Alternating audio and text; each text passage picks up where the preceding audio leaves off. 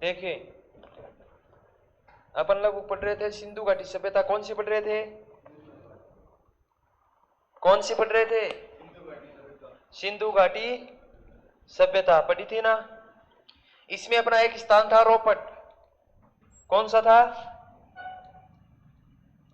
ये कहां है? पंजाब में। कहां है? राजस्थान का पंजाब किसे कहते हैं?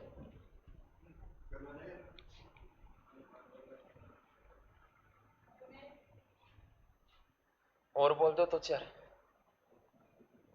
एक तो सही हो। राजस्थान के पंजाब के नाम से कौन सा शहर मशहूर है या जिला? सांचौर। वर्तमान में सांचौर अलग जिला है, पहले जालौर के अंदर था।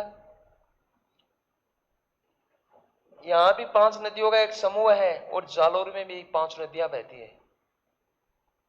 समझ गए? छोटी छोटी चीज याद कौन रखो थे। देखिए रोपट पंजाब लिखिए नोटबुक में।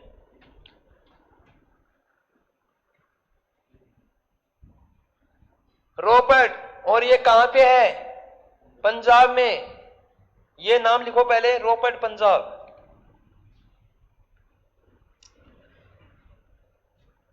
स्वतंत्रता के पश्चात, स्वतंत्रता के पश्चात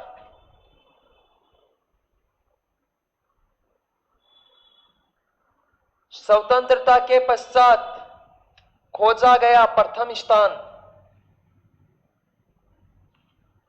स्वतंत्रता के पश्चात खोजा गया प्रथम स्थान, स्वतंत्रता के पश्चात खोजा गया प्रथम स्थान। देखिए इधर एक बार देखिए, सिंधु घाटी सभ्यता के अलग अलग स्थानों की खोज अलग अलग समय पर हुई थी ना? हुई थी या नहीं हुई थी? जैसे 1921 में हड़प्पा की हुई थी, 22 में मोहनजोदड़ो की, 53 में कालीबंगा की, 1967-68 में धोलावीरा की। हुई थी या नहीं हुई थी? इसी प्रकार कि ये तो जब देश पर अंग्रेजों का शासन था उस समय हुई थी, लेकिन आजादी के बाद 15 अगस्त 1947 के पश्चात खोजा गया प्रथम स्थान कौन सा था? रोपट पंजाब। आजादी के बाद खोजा गया प्रथम स्थान था रोपट पंजाब। याद रख लोगे? यहां से लिखो, यहां से मानव के साथ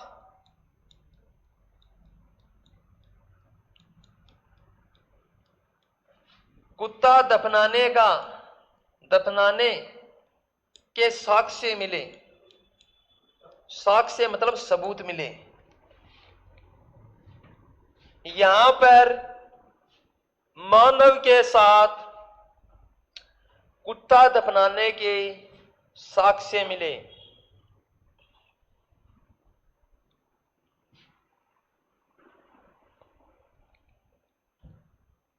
लिख लिए?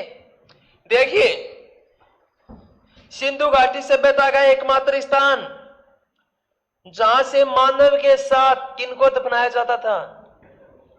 जैसे यहां पर उत्खनन हो रहा था, खुदाई हो रही थी, तो यहां पे कंकाल तंत्र मिले मानव और कुत्ता के एक साथ। माना कि यहां पर अगर किसी व्यक्ति की मृत्यु होती है तो मानव के साथ किसको दफनाया जाता था? कुत्ता को। याद रख लेगा। मानव के साथ कुत्तों को किस स्थान पे दफनाया जाता था? रोपड़ पंजाब। कहां पे?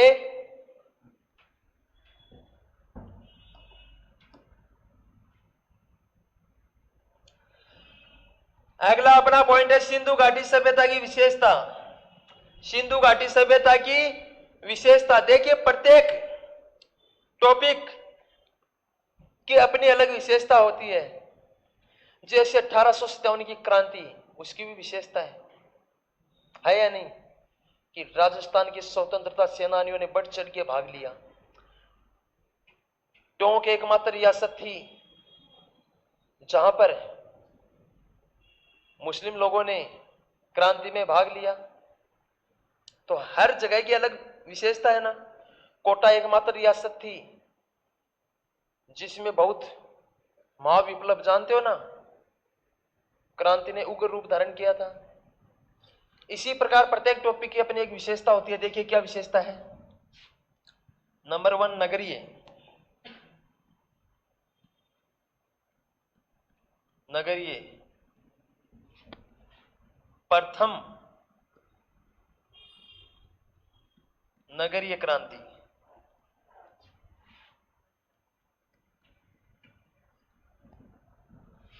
नोट। द्वितीय नगरीय क्रांति, महाजनपद काल।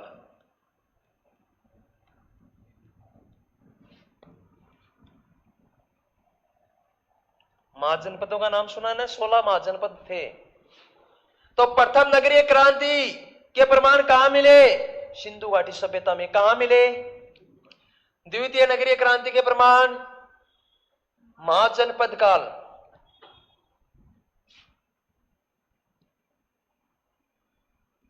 प्राग ऐतिहासिक काल। कौन सा काल? प्राग ऐतिहासिक काल। इसी का दूसरा नाम है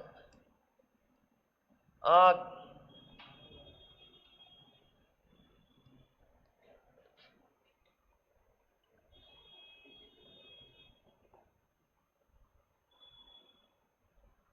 एक मिनट रुको बच्चों।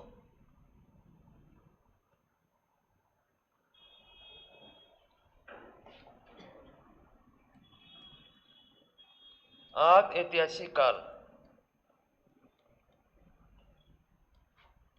करेक्शन कर लिया कि इसमें? कांस्य युगीन सभ्यता। कांस्य युगीन सभ्यता।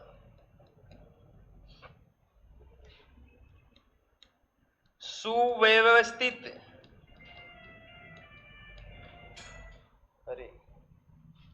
सुव्यवस्थित नगर नियोजन व्यवस्था।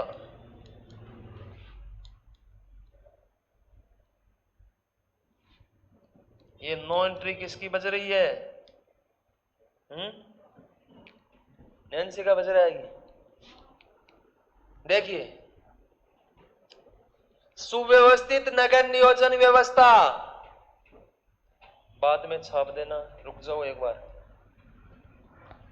देखिए, सिंधु घाटी सभ्यता की विशेषता, सामाजिक विशेषता भी पढ़ेंगे, आर्थिक विशेषता भी पढ़ेंगे, धार्मिक विशेषता भी पढ़ेंगे, सब पढ़ेंगे। लेकिन इसकी मुख्य विशेषता क्या थी? देखिए, नगरीय व्यवस्था। सिंधु घाटी सभ्यता ग्रामीण थी या नगरीय? सिंधु घाटी सभ्यता ग्रामीण थी या नगरीय? इसीलिए माना जाता है कि प्रथम नगरीय क्रांति कब हुई? सिंधु घाटी सभ्यता के समय। कौन से समय में? और द्वितीय नगरीय क्रांति के प्रमाण कहां से मिले? महाजनपद काल। कौन सा काल? महाजनपद काल। आदि ऐतिहासिक काल। कौन सा काल? कि वह काल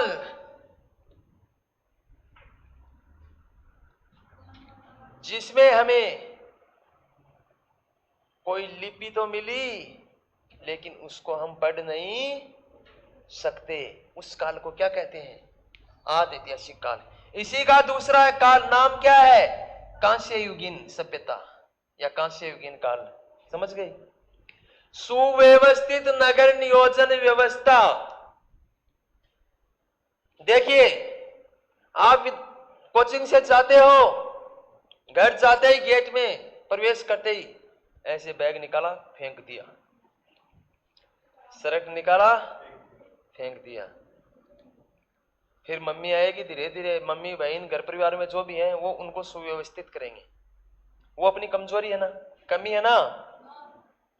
ना सर, कम कर शानी है। तो देखिए, मतलब कि सुव्यवस्थित अगर कोई चीज है तो वो सुंदर लगेगी या नहीं लगेगी? अपने फर्नीचर एकदम ये सीधा सादा है, ठीक लग रहा है, और इसको तितर बितर कर दो इधर उधर, अच्छा लगेगा क्या? देखिए, सुव्यवस्थित नगर नियोजन व्यवस्था। सिंधु घाटी सभ्यता के जो नगर थे वो इतने सुव्यवस्थित थे कि देखने में सुंदर लगते थे।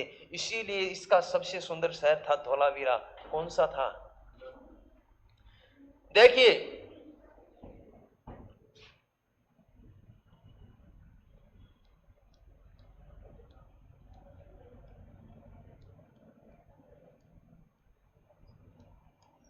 सड़कें सड़कें एक दूसरे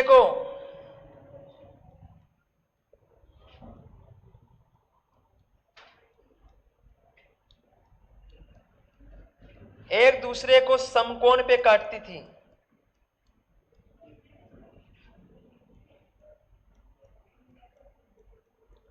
किस पे काटती थी? 90 डिग्री पे। कौन सी डिग्री पे? 90 डिग्री पे।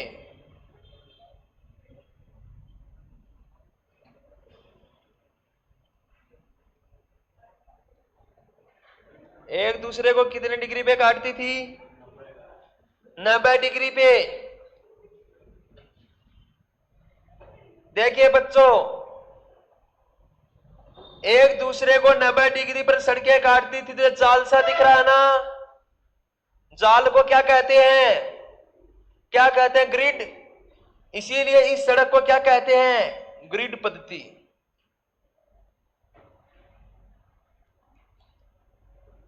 इसी का दूसरा नाम है ऑक्सफोर्ड पद्धति। कौन सी पद्धति?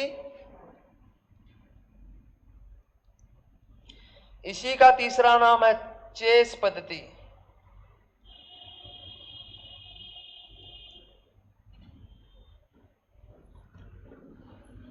ग्रिड पद्धति, चेस पद्धति, ऑक्सफोर्ड पद्धति। जो सड़कें थी वो किस पद्धति से बनी थी? क्योंकि एक दूसरे को 90 डिग्री पे काटती थी। कितने डिग्री पे? 90 डिग्री का मतलब समकोण पे। कहां काटती थी? देखिए, समकोण बन रहा है क्या प्रत्येक सड़क का? बन रहा है क्या? कहीं न्यून कोण तो नहीं बन रहा है? समकोण बन रहा है तो समझ लो कितने डिग्री पे काटती थी। एग्जाम में क्वेश्चन आया था, सिंधु घाटी सभ्यता की सड़कें एक दूसरे को कितने डिग्री के कोण पे काटती थी? 180 डिग्री, 90 डिग्री, 60 डिग्री, 145 डिग्री। तो हमेशा नॉर्मल चीजें, ऐसी चीजों को गलत मत कर देना। ओके? कितने डिग्री पे काटती थी?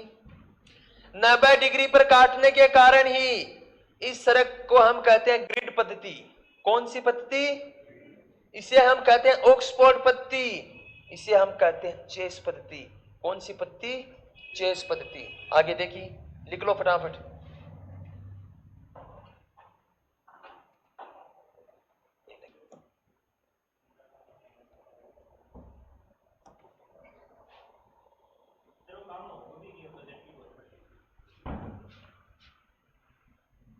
मोहन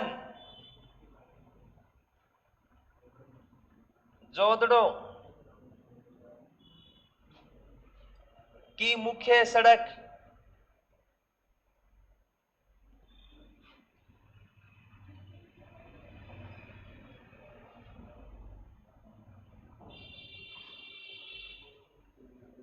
नौ 9.15 मीटर चौड़ी थी।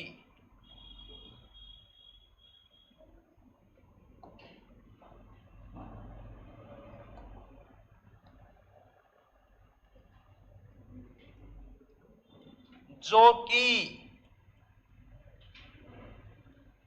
राजपथ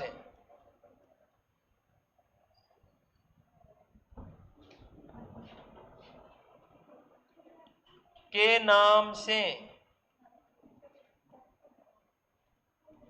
जाना जाता था।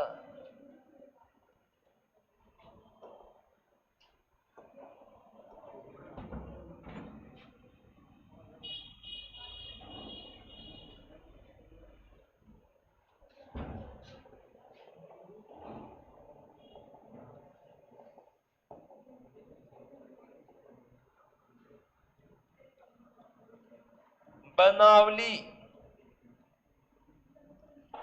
से तारांकित आकृति की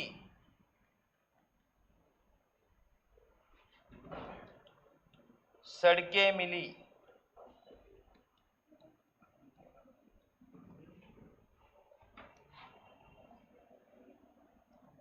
स्टार शेफ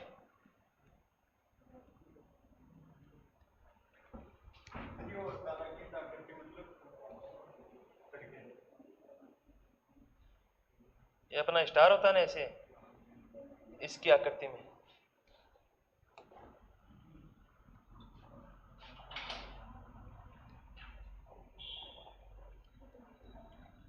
सिंधु घाटी सभ्यता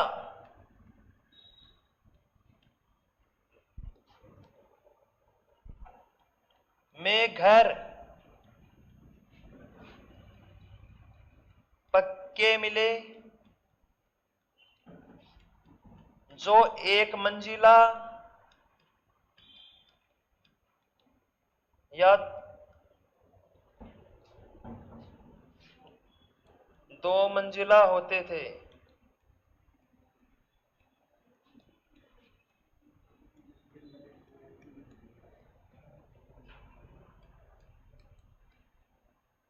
सिंधु घाटी सभ्यता के घरों के दरवाजे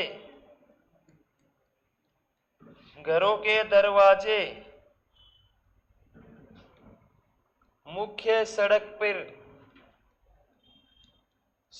पर न खुलकर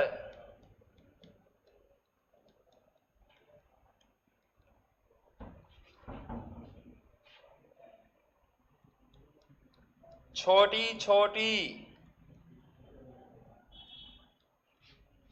नालियों में, छोटी छोटी गलियों में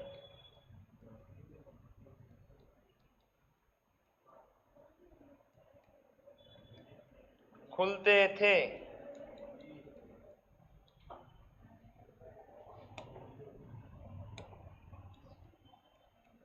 नोट, लोथल एकमात्र स्थान था जहां घरों के दरवाजे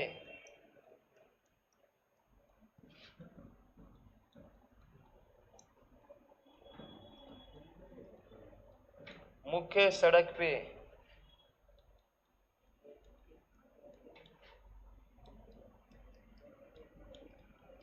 फटाफट छाप दो।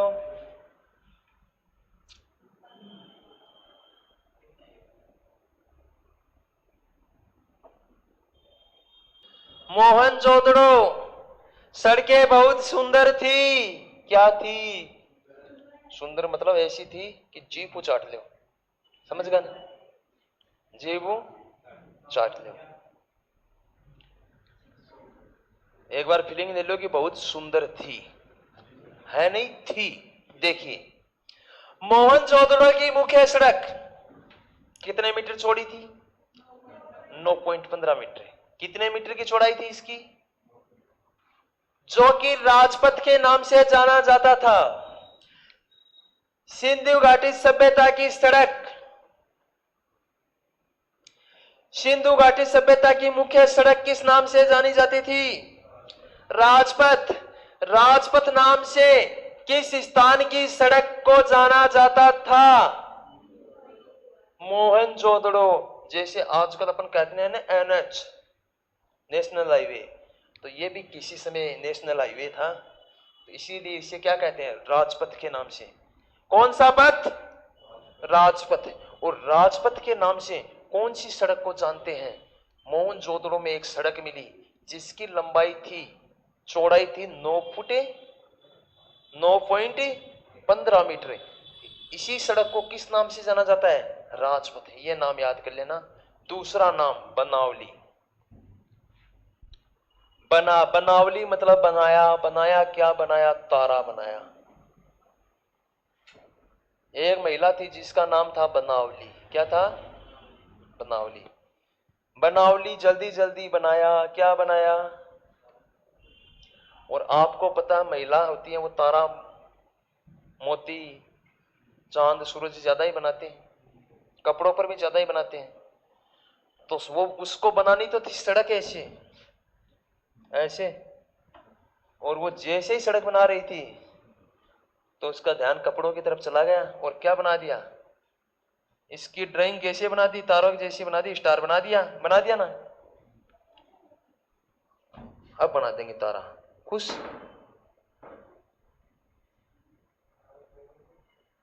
क्या बना दिया? मनगो ने स्टार बना दिया। देखिए, बनावली एकमात्र स्थान था जहां से सड़क मिली, लेकिन सड़क की आकृति कैसी थी? तारांकित आकृति, स्टार शेप, स्टार जैसी। कैसी? मतलब कि ये सड़क कैसी थी? ऐसी। कहीं समझ लो कि ऐसी सड़क नहीं थी, सड़क तो ऐसे ही थी। कैसे थी? ऐसे ऐसे थी। अब क्या था? देखो, यहां से गाड़ी चली, यहां यहां ऐसे, समझ गए ना? हाँ। सिंधु घाटी सभ्यता का एकमात्र स्थान जहां से तारांकित आकार की सड़कें मिली या स्टार शेप में मिली। दो ही चीज याद करनी है, राजपथ नाम से तो मोहनजोदड़ो की सड़क, और स्टार की आकृति में बनी हुई सड़क कहां की थी? बनावली। कहां की थी? बनावली। सिंधु घाटी सभ्यता में घर पक्के मिले। क्या मिले? लेकिन मकान एक मंजिल के भी थे और दो मंजिल के भी थे, ऊपर चौबारों भी हो। पिसाड़ा पिसाड़ा सामलो चौबारों है पिसाड़ा, मतलब कि एक मंजिल में भी मिले और दूसरी मंजिल में भी, दो मंजिल भी थी। इसका मतलब है धनाढ़ लोग थे। सिंधु घाटी सभ्यता के घरों के दरवाजे मुख्य सड़क पर न खुलकर, मुख्य सड़क पे न खुलकर, मतलब कि ये लोग बेचारे शांति प्रिय थे, ईमानदार थे। मुख्य सड़कों पर शोर शराबा ज्यादा होता था, इसलिए ये लोग अपने घरों का दरवाजा जो मुख्य सड़क थी उस पर न खुलकर जो छोटी छोटी गलियां होती थी उन पर इनका दरवाजा खुलता था। कहां खुलता था? गलियों में। लेकिन हर जगह एक अपवाद जरूर मिलता है। मिलता है नहीं मिलता है? मिलता है नहीं? लोथल एकमात्र स्थान जहां के घरों के दरवाजे कहां खुलते थे। और ऐसी चीज एग्जाम में फंसाती हैं आपको। अब लोथल की जगह आपके माइंड में चनूदड़ो आ गया। अब आपके मन में हो गया कि सर ने बताया था, हमने लिखा था कि ये तो पता है कि या तो लोथल होगा या चनूदड़ो होगा। और जब आपके माइंड में दुविधा हो जाती है तब हमेशा आपको पता क्वेश्चन गलत ही होता है, सही पे निशान नहीं जाता है, कभी भी फिर गलत पे जाता है। याद रखना कि एक स्थान था लोथल जिनके घरों के दरवाजे मुख्य सड़क पर न खुलकर कहां खुलते थे? कहां खुलते थे? मुख्य पर खुलते थे। कि एक ही स्थान था लोथल जिसके दरवाजे मुख्य सड़क पे खुलते थे, बाकी तो छोटी छोटी गलियों में खुलते थे। चलेंगे आगे।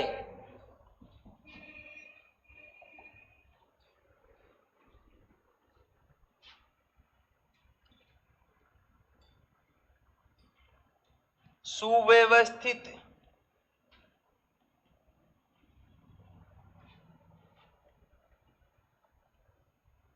नालियां,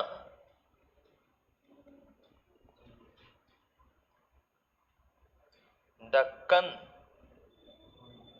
युक्त नालियां। देखिए कहां मिली? अनुमान लगा सकते हो आप कहां पर मिल सकती हैं। देखो ढक्कन, ढक्कन है, नाली मतलब ऊपर से ढकी हुई, और सुव्यवस्थित की नाली तो सभी सुव्यवस्थित थी, लेकिन वो नाली और भी देखने में अच्छी थी। ये कौन सी स्थान पर मिल सकती है? अनुमान लगाओ थोड़ा। अरे वाह, कहां पर मिल सकती है? मोहनजोदड़ो।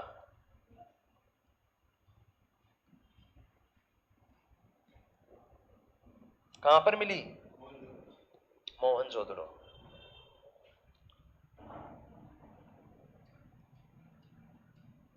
अर्ध नाली या लकड़ी की नाली, अर्ध नाली या लकड़ी की नाली कहां मिली? बता रहे फटाफट, कहां मिली? अर्ध नाली या लकड़ी की नाली कहां मिली? मिल गई? लो थले। कल तो पढ़ाया था कालीबंगा, कल पढ़ा था कालीबंगा, नहीं पढ़ाएंगे अब आपको, मजा नहीं आया आपको पढ़ाने में।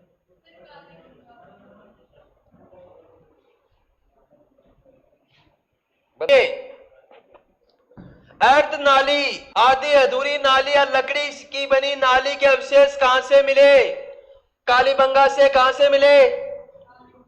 जबकि सुव्यवस्थित नाली या ढक्कन युक्त नालियों के प्रमाण कहां मिले? मोहनजोदड़ो। अर्ध नाली या लकड़ी की बनी नाली कहां मिली? कालीबंगा। याद रख लोगे पक्का, कभी नहीं भूलोगे।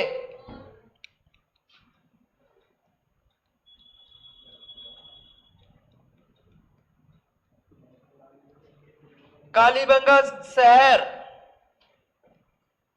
नगर दो भागों में विभाजित था। कितने भागों में?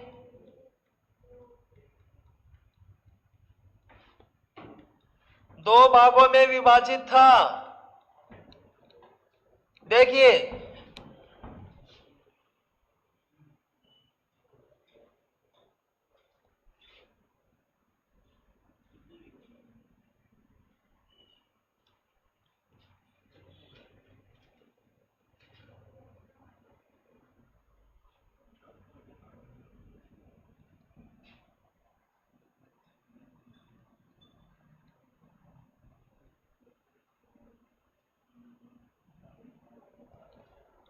देखिए दो भाग, एक भाग तो ये हो गया और दूसरा भाग, और चारों ओर क्या होता था? परकोटा। परकोटा मतलब चार दीवारी। धोलावीरा कितने भागों में था? धोलावीरा कितने भागों में था? धोलावीरा 3 भागों में विभाजित था। कितने भागों में? 3 भागों में विभाजित था।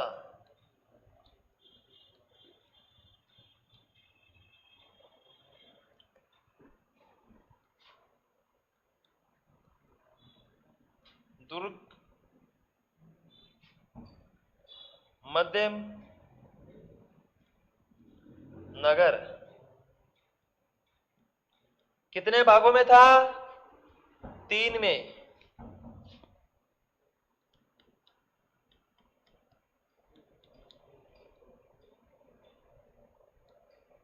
चनहुदड़ो में किसका अभाव था? किसका अभाव था? किलेबंदी का। छाप लो। किलेबंदी का अभाव था। किसका अभाव था?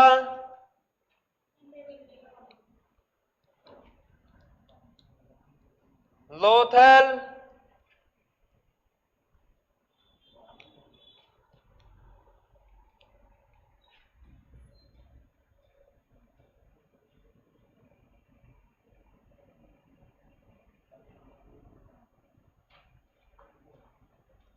एक ही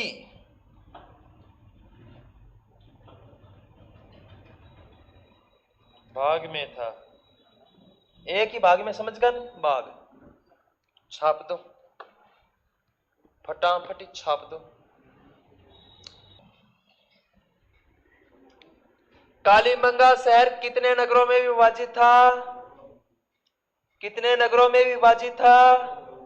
एक भाग तो होता था दुर्गीकृत, दूसरा नगर सामान्य लोग रहते थे, उनके चारों ओर क्या होता था? परकोटा क्या होता था? दीवार होती थी। धोलावीरा एकमात्र स्थान था जिसका नगर कितने भागों में विभाजित था? 3। चनहुदड़ो एक वो स्थान था, किलेबंदी का भाव, वहां पर दुर्ग किले का क्या था? अभाव था। लोथल एक ही भाग, लोथल एक वो था जो एक ही परकोटे के भीतर था, एकमात्र स्थान था एक ही परकोटे के भीतर है। समझ जाओगे ना? एक ही परकोटे के भीतर था।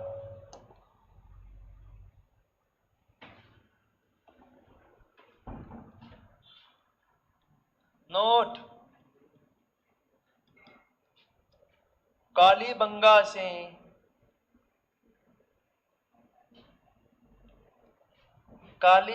से सूर्य तापी ईंट मिली।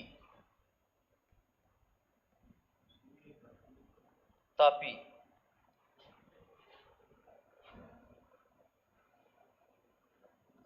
इसीलिए दीनहीन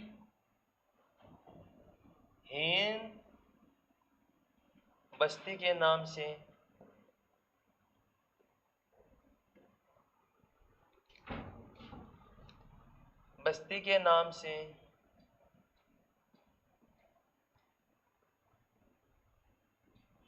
जाना जाता है।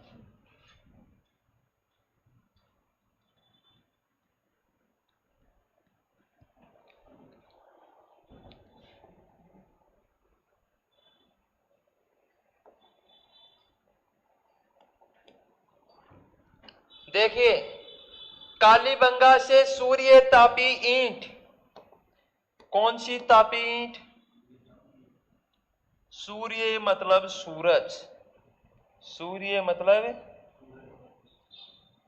तापी मतलब तपी हुई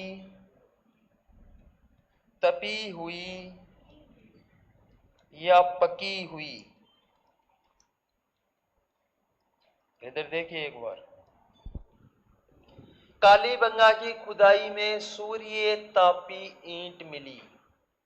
मैंने कल आपको लिखवाया था कि कालीबंगा से कच्ची ईंट मिली, बताया था ना कि कालीबंगा से कच्ची ईंट मिली। कौन सी कच्ची ईंट?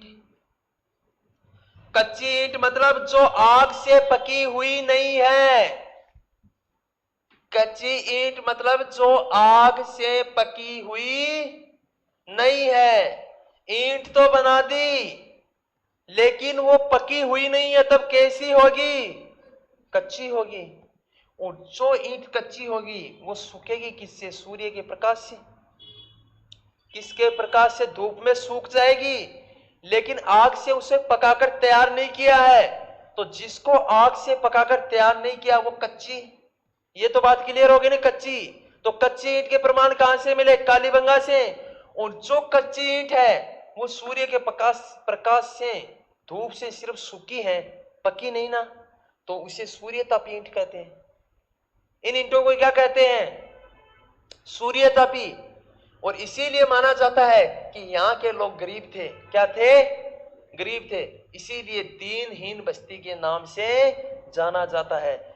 सिंधु घाटी सभ्यता के किस स्थान को दीनहीन बस्ती के नाम से जाना जाता है? कालीबंगा। सूर्य तापी ईंटों के प्रमाण कहां से मिले? कच्ची ईंटों के प्रमाण कहां से मिले? कच्ची ईंट, सूर्य तापी, चीज एक ही है, एक ही है ना। चाहे सब्जी में गरम मसाला डाल दो या फिर काली मिर्च, इलायची, लौंग कूट के डाल दो, बात एक ही है। एक है या दो? बताओ। एक ही है। चाहे मार्केट से खरीद कर गरम मसाला का पैकेट डाल दो या लौंग, काली मिर्च, इलायची, जीरा, अरे साबुत धनिया के जो दाने होते हैं ना, ये कूट कर डाल दो, चीज एक ही है, खुशबू बराबरी आती है। समझ गए ना? तो देखिए, सूर्य तापी ईंट या कच्ची ईंट कहां से मिली? कालीबंगा से।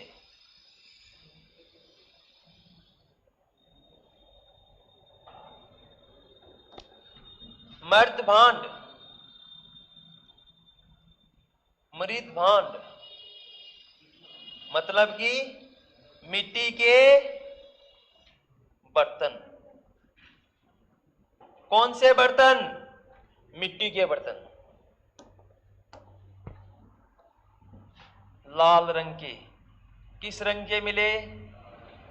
देखिए बच्चों, मिट्टी के बर्तन बनाते हैं आग में पकने के पश्चात उसका कलर कैसा हो जाता है?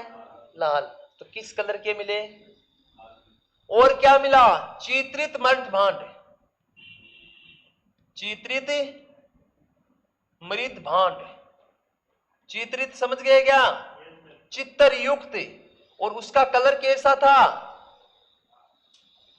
काले रंग। किस रंग के बने हुए थे? काले रंग के। और चित्र किसके बने हुए थे बताओ? पेड़। किसके? पेड़ पौधे, पक्षी,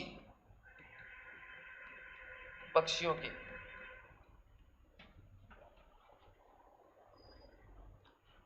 मर्द भांड मिट्टी के बर्तन किस कलर के होते थे? लाल रंग के। लेकिन वो चित्रित थे, चित्र की आकृति बनाई जाती थी उसके ऊपर। किस रंग से? लाल रंग से। कौन से? काले। बोलो। काले रंग से बनाए जाते थे। किस प्रकार के चित्र? पेड़ पौधे, पक्षियों, मनुष्य, ये चित्र बनाते थे, आकृति बनाते थे।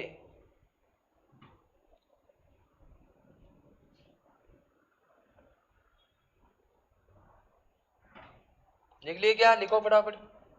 मूर्ति।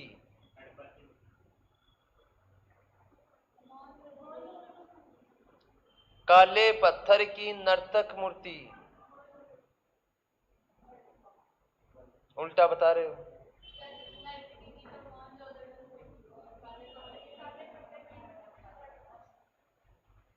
पढ़ते तो हो नहीं। क्या हुआ? मुहर। सिंधु घाटी सभ्यता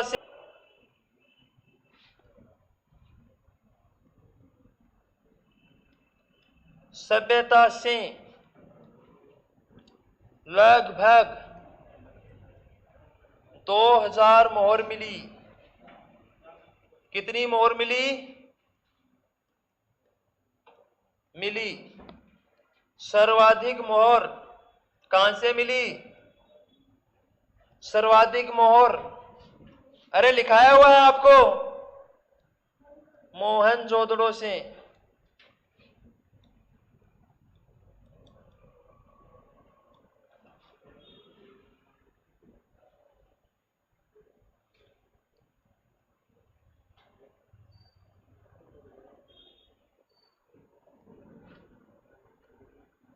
अधिकांश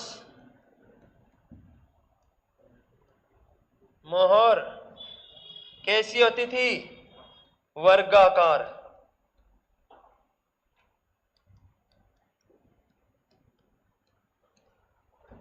लेकिन कालीबंगा से एक मोहर मिली,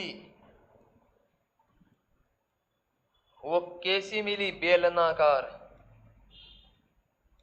और यहां से बेलनाकार तंदूर भट्टी भी मिली थी, पता है क्या आपको?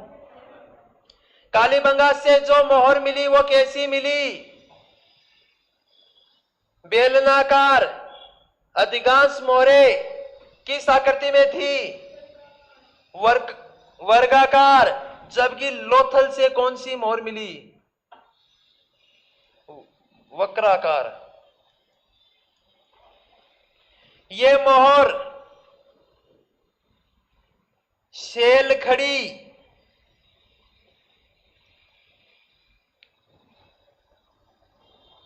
स्टेट टाइट टेराकोटा से किसकी बनती थी?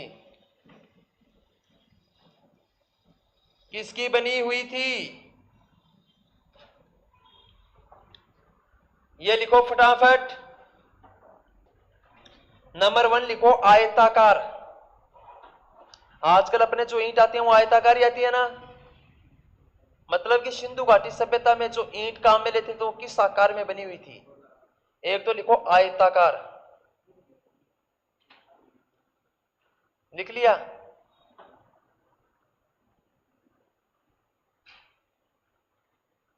एक लिखो एल आकार। एल, एल फॉर लोइन वाला, एल आकार। एक लिखो टी आकार। टी, टी आकार, और इसके आगे लिख दो टी आकार की ईंटों का प्रयोग सीढ़ियां बनाने में होता था। सीढ़ियां समझ गए ना, कौन सी? पेड़ी। टी आकार की ईंटों का उपयोग सीढ़ियां बनाने में होता था। सोरठ में लिख लो, कोट भाषा में। टी के नीचे पेड़ी लिख देते, बस समझ में आ जाता, समझ जाते ना, ज्यादा लिखने का आवश्यकता ही नहीं है। देखिए, मर्द भांड मिट्टी के बर्तन उत्खनन में मिले किस कलर में थे? लाल रंग के, लेकिन वो ऊपर से क्या थे? चित्रित थे। और चित्र किस रंग में थे? काले रंग में। चित्र किन किन के थे? पेड़ पौधों के, पक्षियों के, मनुष्य के, जानवरों के, ये चित्र थे। समझ गए? मोहर की बहुत सारी मोहर मिली, सर्वाधिक मोहर मोहनजोदड़ो से मिली थी ना, लेकिन अभिलेख युक्त मोहर हड़प्पा से मिली। कहां से मिली? मोहर थी लगभग 2000 मिली। अधिकांश मोहर किस आकृति में थी? आयताकार आकृति में। किस आकृति में थी? आयताकार। लेकिन कालीबंगा से हमें एक बेलनाकार मोहर मिली। बेलनाकार मोहर कहां से मिली? कालीबंगा से। वक्राकार मोहर कहां से मिली?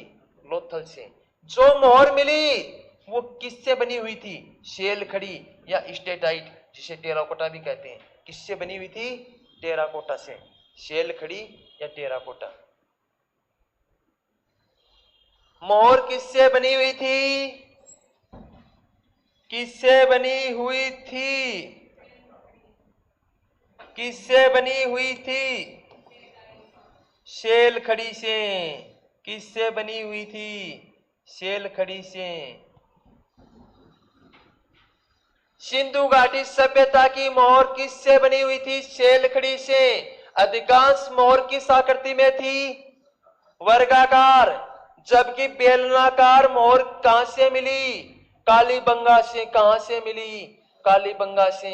और कालीबंगा से बेलनाकार तंदूरी भी मिली थी ना, तंदूरी भट्टी। नर्तकी की कांस्य मूर्ति मोहनजोदड़ो से मिली, जबकि काले पत्थर की नर्तक मूर्ति कहां से मिली? हड़प्पा से। कहां से मिली? सर्वाधिक मोहर मोहनजोदड़ो से मिली, लेकिन अभिलेख युक्त सर्वाधिक मोहर कहां से मिली? हड़प्पा से। चावल के अवशेष लोथल से मिले, जबकि जले हुए चावल के अवशेष कहां से मिले? कालीबंगा से। कहां से मिले? कालीबंगा से। घोड़े की मरण मूर्ति कहां से मिली? लोथल से। कहां से मिली? लोथल से। जबकि घोड़े की मोहर कहां मिली? सूरतकोटड़ा, गुजरात। जबकि घोड़े के अस्थि पंजर कहां मिले? मोहनजोदड़ो से। कहां मिले? बकरी के अस्थि पंजर कहां मिले? हड़प्पा से। बकरी नहीं, बकरा। कहां मिले? हड़प्पा से। जबकि हाथी के कपालखंड कहां मिले? मोहनजोदड़ो से। छिद्रित खोपड़ी के अवशेष कहां मिले? कहां मिले? इसका मतलब वहां के डॉक्टर ऑपरेशन करते थे। शल्य चिकित्सा के प्रमाण कहां मिले? कालीबंगा से। युगल समाधान कहां मिले?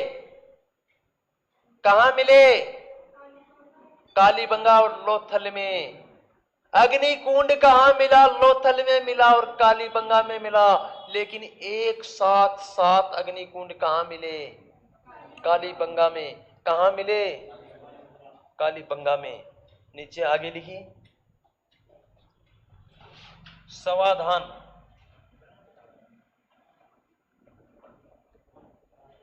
समाधान समझ गए क्या कि अंतिम संस्कार किस प्रकार होता था?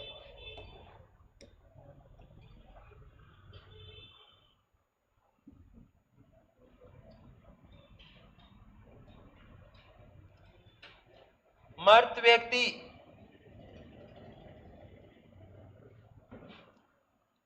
का सिर उत्तर दिशा में करते थे। कौन सी दिशा में? उत्तर दिशा में करते थे। जबकि जबकि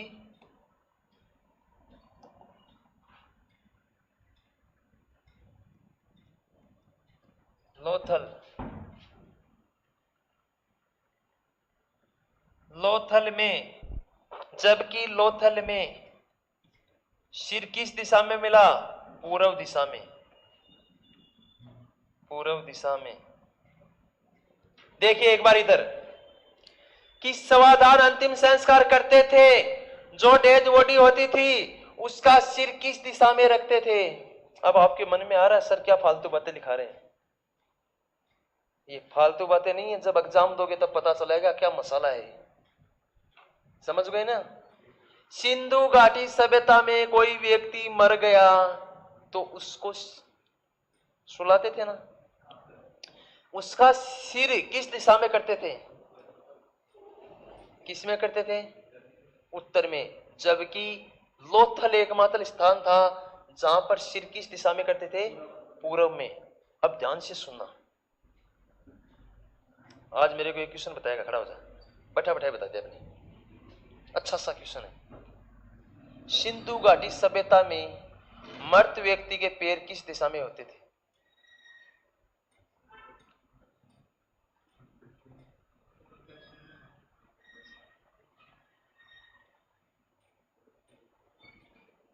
कौन सी दिशा में थे?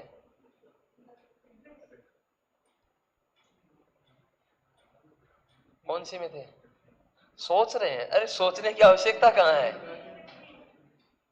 ईमानदारी से कम 40% बच्चे यहां बैठे बैठे सोच रहे थे। सोचने की आवश्यकता ही नहीं थी क्या? बताओ, इसने सही बताया भाई। आपको ये लिखा दिया कि मर्त व्यक्ति का सिर उत्तर दिशा में था, इस दिशा में, तो पैर तो अपने आप ही दक्षिण में हो गए। आपको ये लिखवा दिया कि सिंधु घाटी सभ्यता में मर्त व्यक्ति के सिर किस दिशा में होता था, तब आप उत्तर कर दोगे। लेकिन एग्जाम में आ गया कि सिंधु घाटी सभ्यता में मर्त व्यक्ति के पैर किस दिशा में होते थे। अब आप बोलोगे सर ये तो आपने लिखवाया नहीं।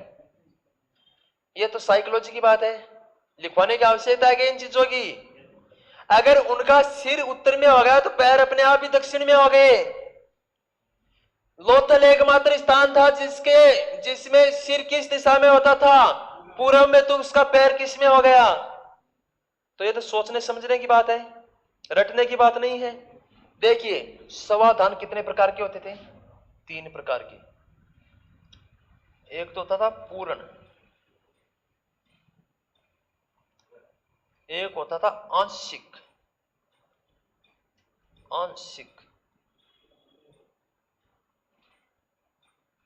एक होता था दाह संस्कार। दाह संस्कार देखा हुआ है क्या? है? अब दक्षिण में, अपने यहां दक्षिण में करते हैं। अपने यहां मर्त व्यक्ति का सर किस दिशा में करते हैं? देखा नहीं कि कहीं, जहां जिस समय बॉडी को रखते हैं तो उस साइड में उसका सिर रहता है।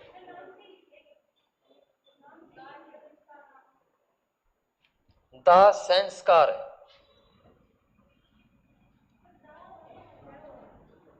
दाह है, दाह नहीं, दाह है संस्कार, दाह संस्कार।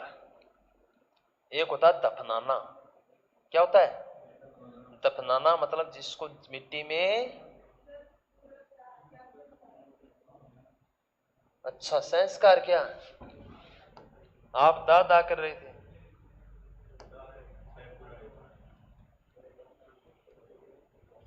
देखिए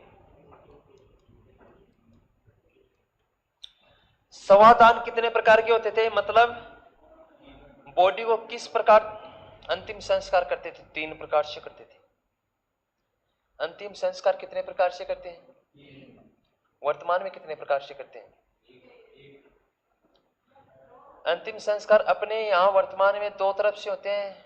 धार्मिक प्रवृत्ति के लोग हैं, मुस्लिम लोग हैं, जो क्या देते, समाधि देते हैं उसको, जिसे दफनाना बोलते हैं।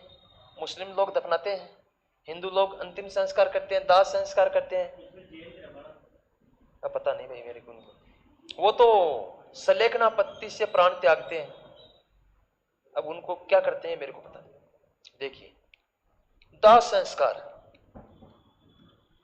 आजकल वर्तमान में वो बॉडी को जलाते हैं ना, और कुछ नीचे दफनाते हैं जमीन में और जलाते हैं, आपको पता ही है, ओम स्वाहा। और आजकल तो आधुनिक मशीन आ गई, 5 मिनट में काम तमाम है, मात्र 5-10 मिनट लास्ट है। जैसे एटीएम डालते हैं ना अपन मशीन में, अरे एटीएम जैसे पहले वो टेप देखी हुई है क्या, टेप, पुरानी वाली टेप, उनमें कैसेट डलती थी रील की, बटन दबाते कैसेट डलने वाला बाहर आ जाता और कैसेट उसमें डाल के वापस बंद करते। इसी प्रकार वो मशीन होती है, मशीन का बटन दबाते हैं, बाहर आता है, बेड सा निकल के आता है, उस पे बॉडी को लिटाते हैं, अंदर दबाते हैं, बटन ऑन किया, 5 मिनट में नीचे जाली लगी हुई होती है। क्या लगी हुई होती है? जाली। और जाली में क्या आ जाती है? अस्थि। अस्थि समझ गए ना, हड्डियां। 5 मिनट में काम हुआ, 10 मिनट में बाद में ही कलश में बांध के देते हैं कि अपनी अस्थि लेकर जाओ। वहां नंबर लेना होता है, क्या लेना होता है? बड़े शहर होते हैं ना, वहां पर अंतिम संस्कार करने के लिए क्या लेना होता है? नंबर लेना होता है, पहले बुकिंग करवा के आनी होती है। अरे हंसने की क्या बात है, सच बोल रहा हूं। अपने यहां देसी काम है, कोई बूढ़ा टपक गया, रिश्तेदार आ गए, खेत से एक पेड़ को उड़ाया, या तो उड़ाना नहीं पड़ेगा, अपने खेत में वैसे ही गिरा हुआ मिल जाएगा, कोई सूखा मिल जाएगा ना, गाड़ी में डाला, घंटे 2 घंटे में ओम समर्पयामि, फिट है काम। सिस्टम तो सही वही है भाई, सही क्रियाक्रम तो वही है।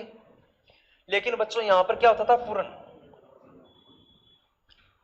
आपको पता है कि अपने यहां पर एक संत हुआ करते थे जिसका नाम था दादू दयाल, सांगानेर जयपुर नरेना स्थान था उसका, नाम सुना है क्या?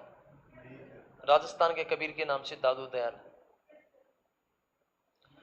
एक महान संत हुआ करते थे दादू दयाल, और दादू दयाल ने क्या कहा था पता है आपको अपने शिष्यों को, कि जिस दिन मेरा समय पूर्ण हो जाए तो मेरा अंतिम संस्कार नहीं करना है। क्या नहीं करना है? बोले गुरुदेव ये कैसी बात है कि मेरा अंतिम संस्कार नहीं करना है? उसने कहा कि जब मैं इस धरती से विदा हो जाऊं तो मेरी बॉडी का अंतिम संस्कार नहीं करना है, कहीं पेड़ के लटका के आ जाना या जंगल में पेड़ पौधों के पास छोड़कर आ जाना। बोले क्यों? कि मैं तो चला जाऊंगा लेकिन मेरी बॉडी को खाकर कितने जीव जंतु पेट भरेंगे। सही बात है, सत्य बात है।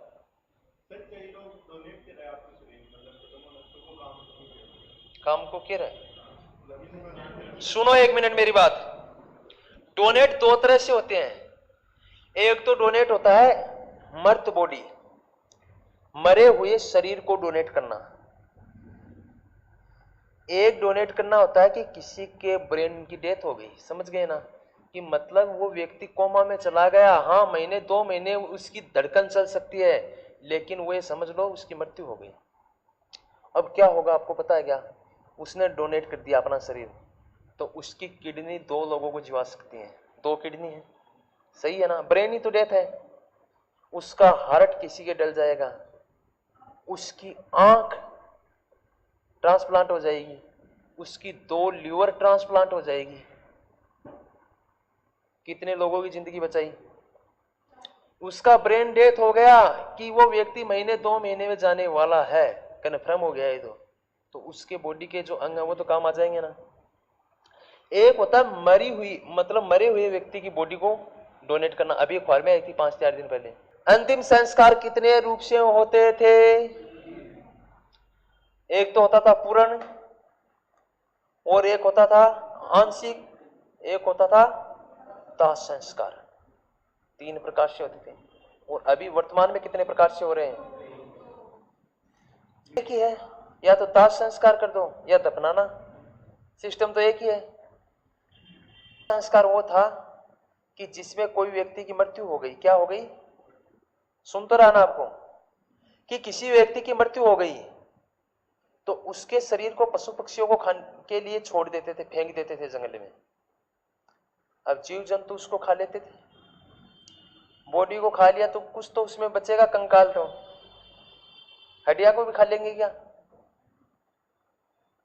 कि जब उसका शरीर निगल लेते थे, उसमें बदबू आने लगती थी, तब उसका अंतिम संस्कार करते थे। बच्चा हुआ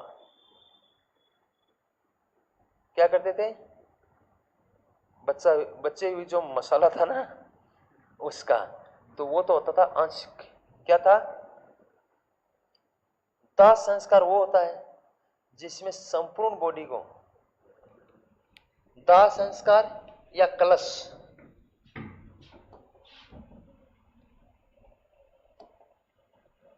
कलश समाधान,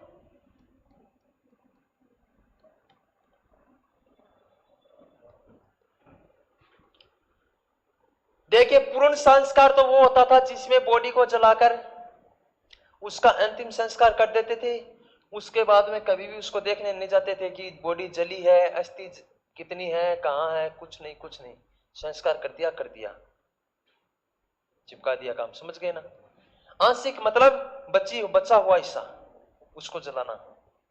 दाह संस्कार, कलश समाधान, कि व्यक्ति का अंतिम संस्कार अग्नि द्वारा करके फिर उसकी अस्थियों को इकट्ठा करके कलश में डालते हैं। और अपने यहां कौन सा होता है? यही होता है नहीं होता है कि व्यक्ति का अंतिम संस्कार, दाह संस्कार करने के पश्चात उसकी अस्थियों को इकट्ठा किया जाता है नहीं? तो ये सिस्टम था, ये प्राचीन समय से चलता आ रहा है और आज भी चल रहा है। आज भी क्या हो रहा है? चल रहा है। और कल अपन लोग क्या पढ़ेंगे? कल पढ़ेंगे सिंधु घाटी सभ्यता की सामाजिक स्थिति। कौन सी? सामाजिक, आर्थिक, और इसी के साथ अपना चैप्टर पूरा तो हो जाएगा। लेकिन पूरा तो मेरे को मजा तब आए तब आप याद करो।